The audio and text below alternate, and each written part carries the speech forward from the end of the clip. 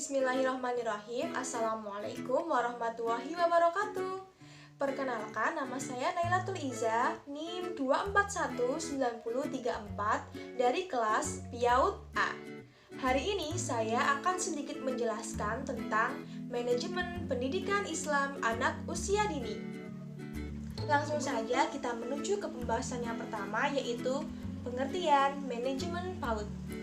Manajemen berasal dari kata manus yang berarti tangan dan ejer yang berarti melakukan.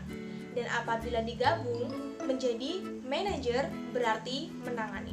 Sedangkan dalam bahasa Indonesia, manajemen diartikan sebagai pengelolaan. Nah, sedangkan PAUD diartikan sebagai upaya stimulasi yang diberikan pendidik PAUD kepada anak berusia 0 sampai 6 tahun dalam rangka menumbuh kembangkan 6 aspek kecerdasan baik IQ maupun SQ sehingga diperoleh perkembangan keterampilan dalam bekal kehidupan sehari-hari. Pembahasan yang kedua yaitu tujuan manajemen PAUD.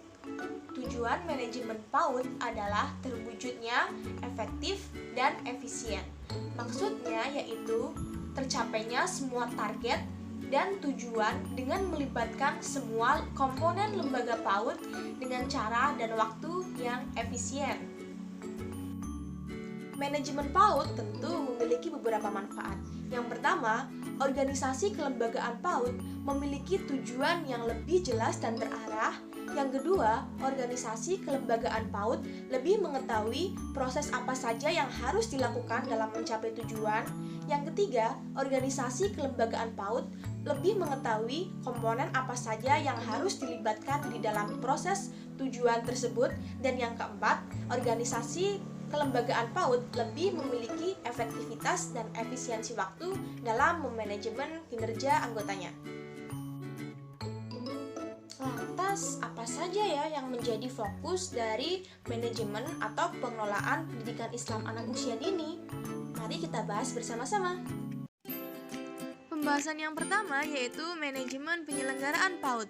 Terdapat beberapa persyaratan umum dalam mendirikan sebuah lembaga PAUD. Yang pertama yaitu kurikulum, yang kedua peserta didik, kemudian tenaga kependidikan, sarana prasarana, administrasi, dan sistem evaluasi. Selanjutnya yaitu manajemen kurikulum PAUD. Berdasarkan kurikulum 2013 PAUD, karakteristik kurikulum PAUD adalah memuat program-program pengembangan yang mencakup nilai agama, moral, fisik motorik, kognitif bahasa, sosial emosional, dan seni. Yang kedua, menggunakan pembelajaran tematik dengan pendekatan saintifik dalam pemberian rangsangan pendidikan. Yang ketiga, menggunakan penilaian autentik dalam memantau perkembangan anak. Dan yang keempat, memberdayakan peran orang tua dalam proses pembelajaran.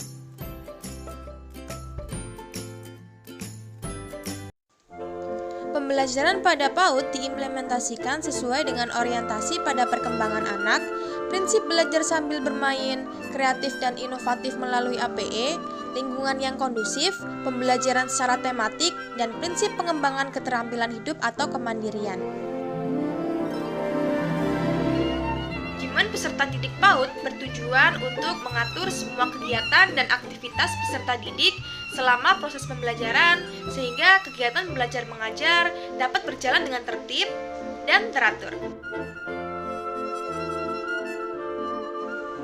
Model penilaian PAUD berupa observasi atau pengamatan, pencatatan atau dokumentasi, pengolahan hasil belajar, pengarsipan berupa rapot, dan pelaporan penilaian kepada orang tua. Manajemen tenaga kependidikan meliputi pengadaan dan pembinaan guru, pengembangan kemampuan guru, kesejahteraan guru, dan pemberhentian atau pemensiunan guru. Manajemen desain lingkungan meliputi pemanfaatan lahan dengan optimal, akses yang mudah, tidak membahayakan anak, memiliki sarana prasarana, memiliki APE yang baik, ruangan aman dan nyaman, dan menunjang seluruh aspek kegiatan belajar mengajar. Yang kedelapan yaitu manajemen keuangan.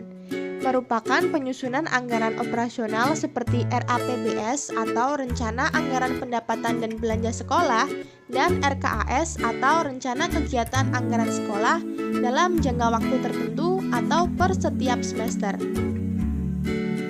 Tujuan utama program Humas adalah untuk membangun dan memelihara kerjasama yang positif antara lembaga pendidikan dengan masyarakat di sekitar lingkungan lembaga. Dan yang terakhir adalah manajemen supervisi yang bertujuan mengawasi kinerja guru dan pegawai dalam menjalankan tugas dengan sebaik-baiknya sesuai dengan instruksi atau ketentuan-ketentuan yang telah digariskan dan berusaha bersama guru memperoleh informasi tentang bagaimana cara memperbaiki proses belajar mengajar. Nah, itu tadi sedikit penjelasan tentang manajemen pendidikan Islam anak usia dini. Semoga bermanfaat dan terima kasih sudah menonton. Sampai jumpa. Wassalamualaikum warahmatullahi wabarakatuh.